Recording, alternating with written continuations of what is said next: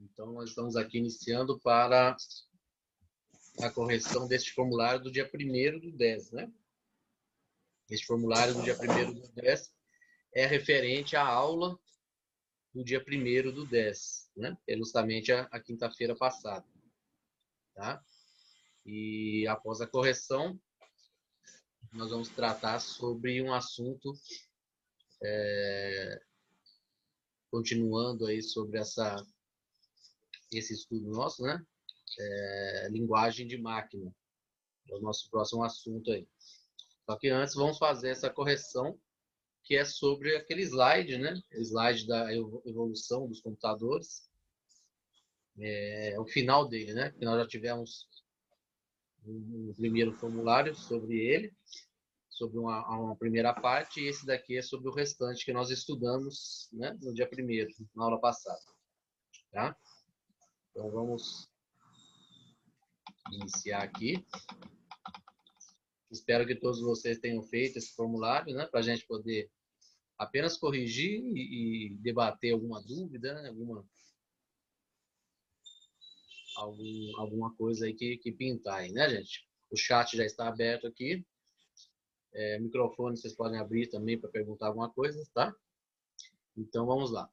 Então nós temos a primeira questão aí do formulário, falando sobre a 4ª geração, ó, né, que nós estudamos logo de início, né, na aula passada. Está falando aqui, ó, a 4ª geração de computadores marcam como novas tendências. O que seria aí como novas tendências nos computadores da 4ª geração? Seria os circuitos integrados, seria múltiplos núcleos dos processadores, né? Computadores pessoais ou teclados e monitores? O que marcou a tendência aí da nova geração, dessa 4ª geração? Circuito integrado. Circuito integrado, gente? Pessoal. Computador pessoal. Tá? Computador pessoal. Computador pessoal. E aí? Todo mundo concorda com qual aí? Ixi, vai dando.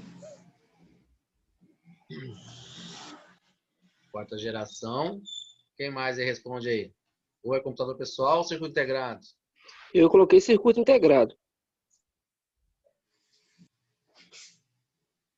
Na verdade, gente, o circuito integrado ele surge na 3ª geração, tá? Na 4ª geração, ele apenas está evoluindo já, né? Então, não é o que marcou como nova tendência na 4ª geração. O circuito integrado já surgiu no System 360 da 3ª geração. Então, vai ser, no caso, computadores pessoais mesmo, tá? Que aí passaram a se chamar até, né, microcomputadores. E os computadores pessoais passaram a ser o foco da geração, né, na evolução deles, para tornar algo pessoal, né? Computador se tornar algo pessoal. Foi a época que surgiu a Microsoft, né? Surgiu a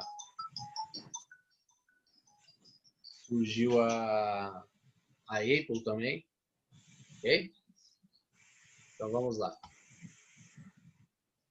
Vamos passar para a segunda pergunta. A segunda pergunta é sobre por qual razão os computadores passaram a se chamar microcomputadores. Isso aconteceu na 4ª geração também.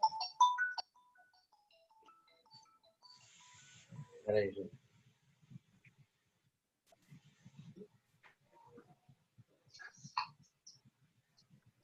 E aí?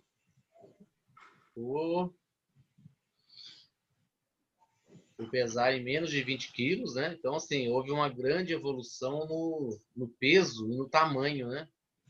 Eles saíram de pesos de quase 1 tonelada, tamanhos grandes, né? Para 20 quilos. E o tamanho que estão vendo aí na foto. Né? Então, houve uma grande evolução também, né, na parte interna, logicamente, né? Para ele chegar nesse tamanho, as placas, os circuitos, né? Eles ficaram bem pequenos, né? Houve toda uma evolução. Então, o que aconteceu com essa evolução? Aconteceu o seguinte, passou a se chamar microcomputadores, devido a isso, né? A essa diminuição física e no peso também, principalmente. Beleza?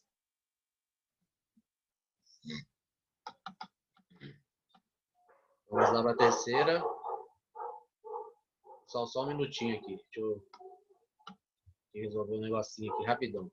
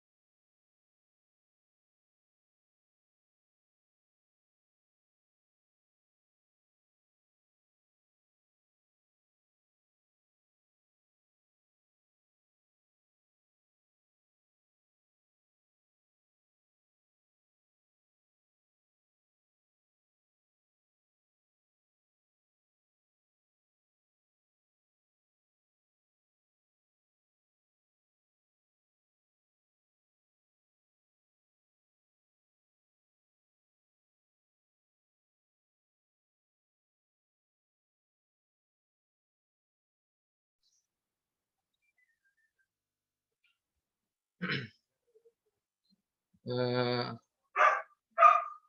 nós temos aí a terceira pergunta. Já tem até uma resposta aí já do Jefferson, né? Computador vendido por uma revista especializada no assunto de manutenção, de montagem, né, nos Estados Unidos, junto com um kit de montar, né? E era um computador que vinha junto nesse kit. Aí nós temos várias opções aí, ó, Apple I, IBM System 360, o Pentium, Altair 8800 e IBM 7094. O Jefferson respondeu o Altair 8800. Todo mundo concorda aí?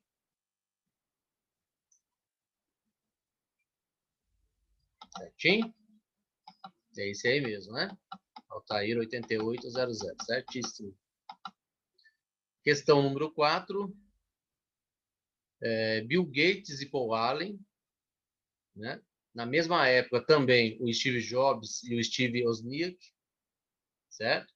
Fundaram respectivamente duas empresas que estão abaixo aí, com o intuito de competir no mercado de PCs, ou seja, de computadores pessoais.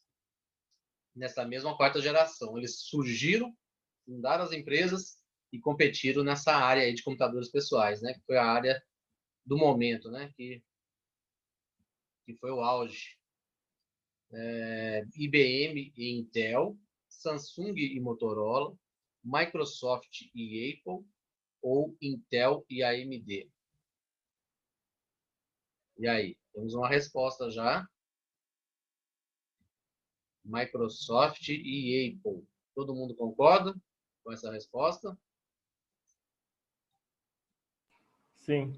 Sim. Certo, né? Foi isso aí mesmo. Tá? E agora, número 5. Quem que foi Macintosh e Windows?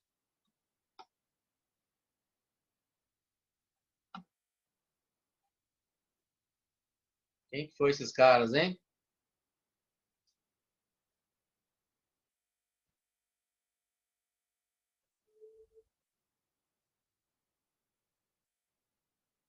Na verdade, não foram os caras, né? Na verdade, foram o quê?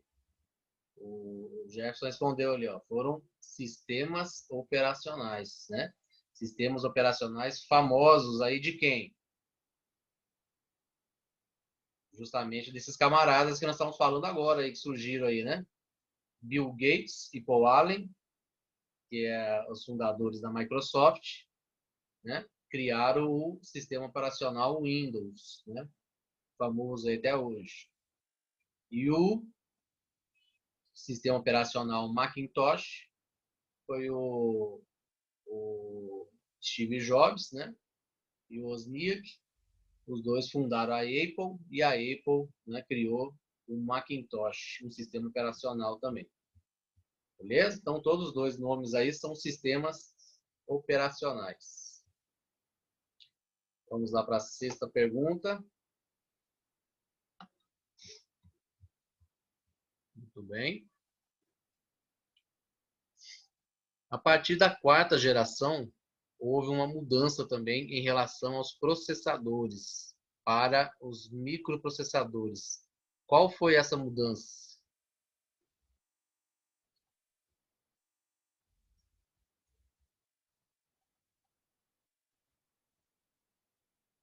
Uma mudança, já tem a resposta aqui também, tá certo, a resposta sua. Vamos ver se mais alguém responde aí. Acho que apesar, não sei se todo mundo está vendo a sua resposta, acho que não, né?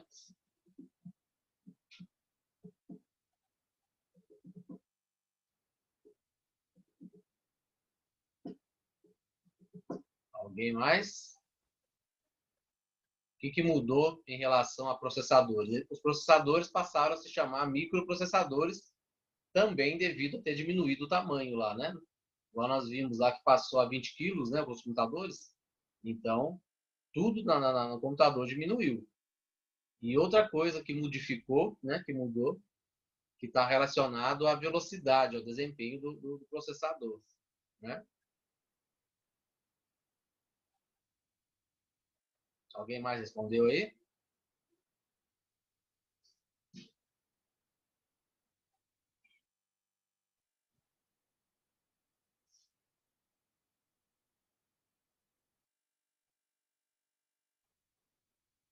Tô achando que quase ninguém fez formulário essa semana, hein?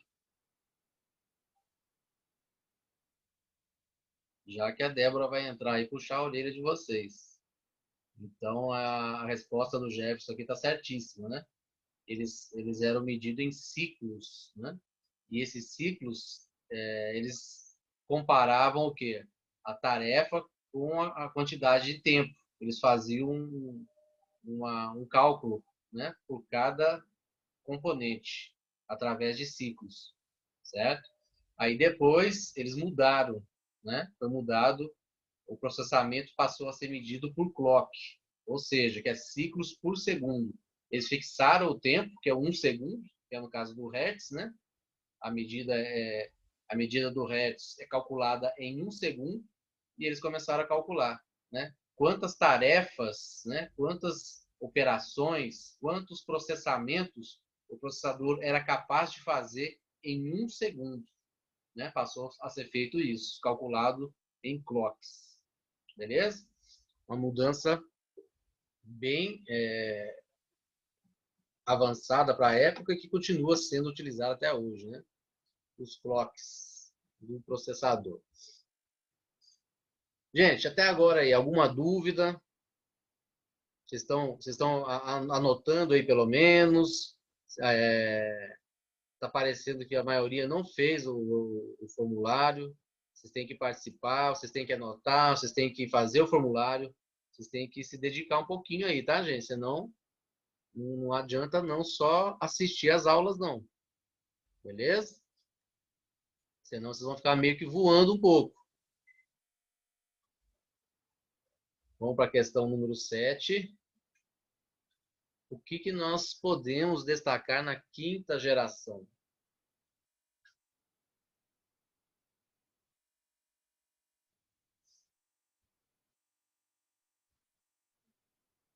O que ocorreu assim de destaque na quinta geração?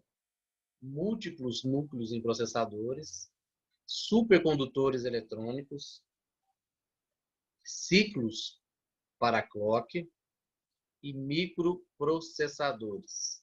Então, tem duas questões aí que já podemos descartar de cara, né? Para quem acompanhou as questões todas aí acima, nós podemos descartar os ciclos para clock, porque em cima aí, ó, na sexta aí, por exemplo, já está falando que a mudança aí, ó, que nós acabamos de responder de ciclo para clock, foi na quarta geração. A questão 6 está respondendo aí, ó. E também Na própria 6 está falando também sobre microprocessadores. Olha lá, processadores para os microprocessadores. Correto? Então, as duas já estão descartadas porque foram na quarta geração. Aí nós temos duas opções, que são múltiplos núcleos em processadores e supercondutores eletrônicos. Supercondutores eletrônicos é um sonho, né? Para a sexta geração aí, de descobrirem supercondutores que não percam eletricidade, não percam corrente elétrica, né? Para as resistências, né? dos condutores. É um sonho, né? Para deixar o desempenho ainda maior. Então, ela não existe essa opção ainda. Então, seria os múltiplos núcleos em processadores. Na quinta geração em diante, quando os processadores chegaram nos clocks de 2,5 a no máximo 3 GHz por segundo, né? Aí eles decidiram que a evolução ali já estava no momento de modificar. Modificar o quê? Em vez de continuar a evolução no aumento dos clocks, eles decidiram multiplicar os núcleos de processadores. Porque aí, multiplicando, eles teriam vários núcleos idênticos, trabalhando de forma paralela, e dessa forma evitando o superaquecimento, né? o super trabalho de um único núcleo, de um único processador. Então, por exemplo, um processador com 4 núcleos, os 4 vão trabalhar a 2 GHz, o que daria aí, na verdade, praticamente, né, 8 GHz. Mas, na verdade, eles estão todos divididos por 4, por 2, né? E trabalhando com atividades, tarefas, operações, instruções, tudo separadamente, né? Trabalhando simultaneamente, e dessa forma eles não ficam superaquecidos e sobrecarregados, né? Dividindo as tarefas aí. Isso foi o múltiplos núcleos em processadores, ok? Aí nós terminamos esse assunto, é um assunto aí bastante interessante que visa a evolução, né, dos computadores desde a década de 60, né, de 40, aliás, até chegar nos anos atuais, né? Várias evoluções, várias mudanças, vários avanços tecnológicos, né? Que dá um apanhado geral aí daquilo que nós estamos prestes a começar a estudar, tá? Então, nós já estudamos sobre as noções da eletricidade, os componentes eletrônicos, né? Estudamos essa evolução. Vamos passar agora para a linguagem da máquina. Vamos conhecer um pouco da linguagem da máquina, como que ela interpreta os dados, como que ela recebe as instruções, como que ela trabalha com esses dados, né? E depois, ainda nessa aula de linguagem de máquina, nós também vamos estudar como que é a, a linguagem da máquina com o usuário, né? Como que o usuário interpreta a quantidade de informações da máquina, né? Ou questão de armazenamento, né? Questão de ocupar espaços, né? A gente vai entender um pouco isso também, certo? Ou seja, resumidamente, vamos estudar sobre bits e bytes, tá? Que é o sistema binário, beleza? Bom, eu vou encerrar então esse formulário e vou passar para vocês. Eu vou cortar aqui um pouquinho o áudio com a imagem aqui, que eu vou preparar para vocês um vídeo novamente, tá? É um vídeo pequeno, de 10 minutinhos aí. E esse vídeo vai levantar também o assunto de linguagem da máquina para a gente discutir, né? Trabalhar esse assunto no segundo link, tá bom? Então eu vou parar aqui um pouquinho e já já eu volto para passar para vocês, tá? Só um minutinho.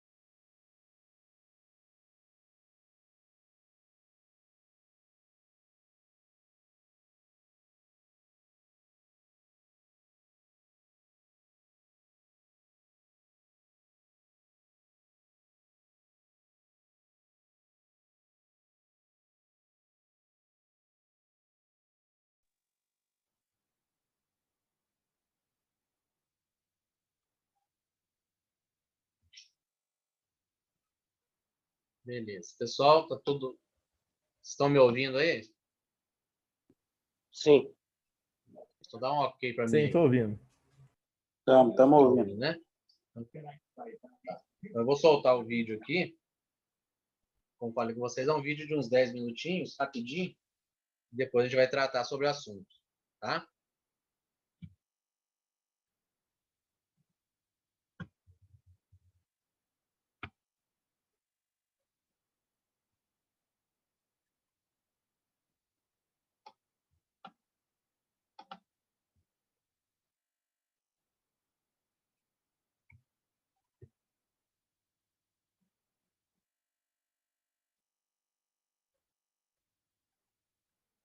E esse é o Cretinho Videoblog. Na videoaula de hoje eu vou falar sobre binários, sobre a representação numérica de quantidades usando números binários. A importância de falar de números binários é porque toda a microinformática se baseia nessa representação. Então, o número binário é um número que representa quantidades usando apenas dois símbolos. Por exemplo, ligado e desligado. Por exemplo, deixando passar a luz ou não deixando passar a luz. Ou ainda 0 e 1. Toda a microinformática se baseia nessa representação. Então, isso é fundamental para a microinformática. Quando a gente estuda redes de computadores, também é importantíssimo saber binário. Por quê? Porque a representação de IPs, etc., também pode se relacionar, ou também se relaciona com números binários. Para entender a estrutura do número binário, eu vou fazer primeiro um exemplo aqui, mais uma vez, através de uma analogia. Esse exemplo é o seguinte. Vamos admitir que a gente tenha 8 moedas. São as moedas de um país especial chamado Mundo da Informática, que essas moedas têm valores especiais. Ó, uma moeda de R$1, depois tem uma moeda de 2, ou R$2, ou 2 dinheiros desse país maluco. 4, 8, 16, 32, 64 e 128. Por que esses valores malucos para colocar nas moedas? Daqui a pouco a gente entende por que são esses valores. Mas a gente tem essas moedas aqui. Uma moeda de 1, de 2, de 4, de 8, 16, 32, 64 e 128. E com isso a gente quer construir as quantidades. Então vamos começar por um exemplo bem simples. Eu quero construir a quantidade 7, representar a quantidade 7. Vamos ver como é que se dá isso? Vamos lá, vamos pensar que moedas eu vou usar para fazer a quantidade 7. Olha, essas moedas de muito valor, dá uma cara que a gente não vai usar, né? Então, de 128, de 64, de 32, de 16 e de 8 a gente não vai usar. Quais seriam as moedas, então, que a gente vai usar? Vamos ver? 4, mais 2, 6, mais 1, 7. Então, essas quantidades 4, 2 e 1 totalizam 7. As moedas que a gente não utilizou, eu estou colocando o número 0, para indicar que eu não uso. E as moedas que eu estou utilizando, eu coloco o número 1. Portanto, a quantidade 7 pode ser representada em binário por 1, 1 e 1. Como se fosse o 111 do decimal, né? 1, 1, 1. Se eu precisar representar todos os dígitos, talvez seja necessário dizer que é 0, 0, 0, 0, 0, 1, 1, 1. Tá claro? Vamos para um número um pouco maior. Vamos representar uma outra quantidade. A quantidade 34. Essa é bem fácil, hein? 34. Eu vou apagar aqui as quantidades que já estão escritas aqui, os zeros. Vamos lá ver quais são as moedas que a gente vai usar para representar a quantidade 34. Mais uma vez, essas moedas grandes não vou usar. Opa, vamos ver aqui. Será que a de 32 eu vou usar? Se eu olhar 34, dá para imaginar já que eu vou precisar da de 32. E quanto vai faltar para 34? Vão faltar 2. Então vamos lá, a moeda 32 eu vou usar, a moeda 16 não, a moeda 8 não, a moeda 4 não, e a moeda 2 sim, e a moeda 1 não. Portanto, a quantidade 34 seria representada em binário por 00, 1, 0, 0, 0, 1, 0. O número binário, usando 8 algarismos binários para representar 34, é 001, 00010. Tá claro agora? Dá para notar também que a gente usou uma quantidade de moedas especial, que foi a quantidade de 8 moedas. Por que eu escolhi usar 8 moedas? Bom, vamos entender por quê. Cada uma dessas moedas é uma posição em que está usa moeda, não usa moeda, 0 ou 1, uma posição. O nome que se dá a isso na microinformática é bit. Então, um bit é uma posição que pode estar setada ou não setada, ligada ou desligada.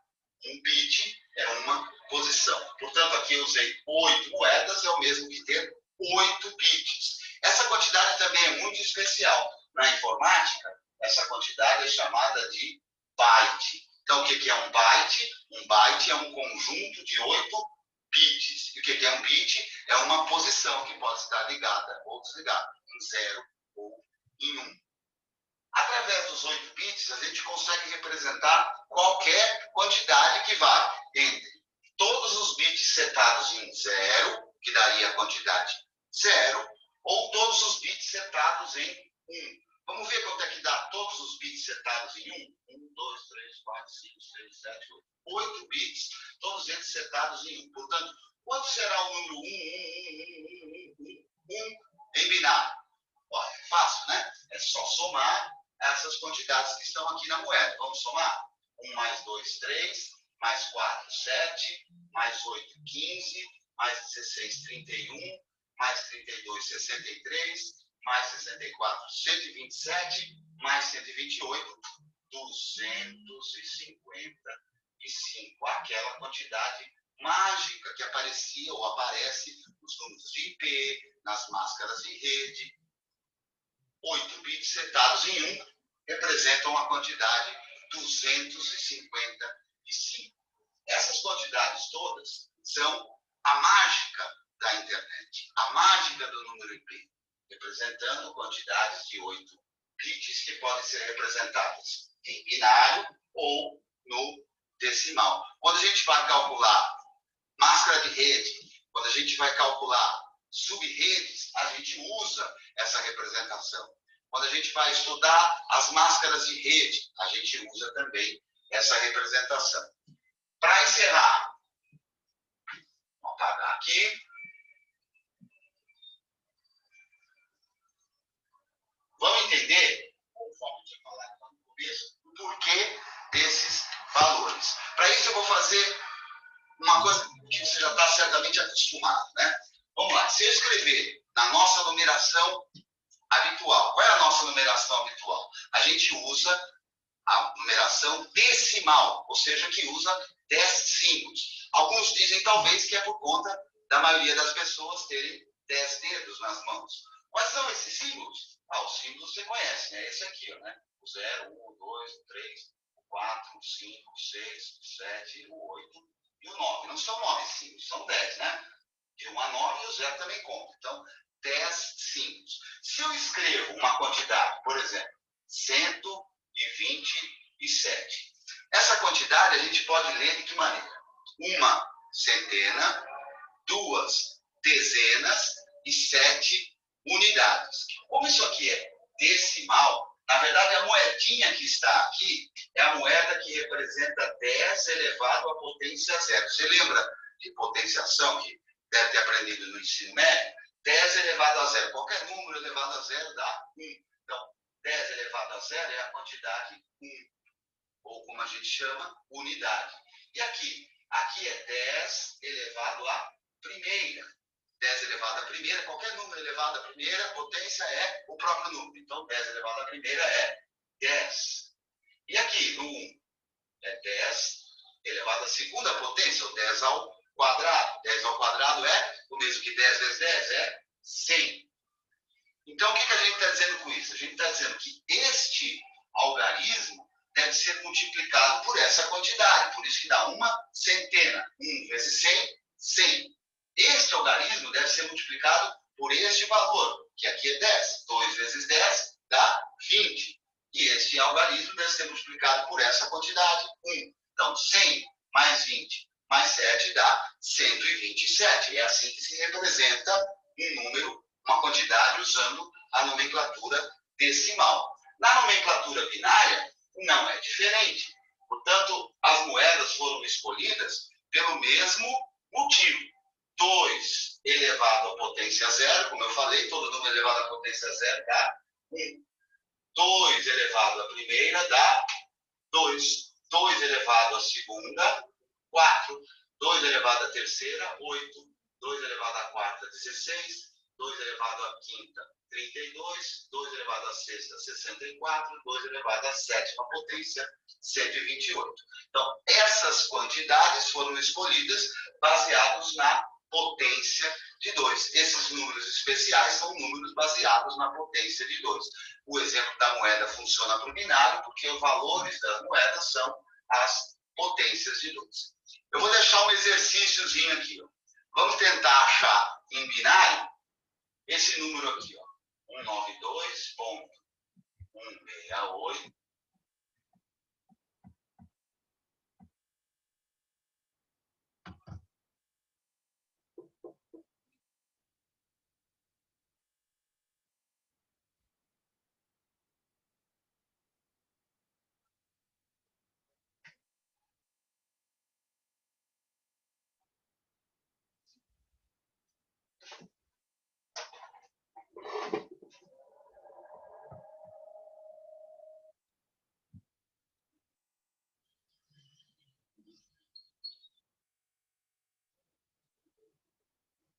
Bom,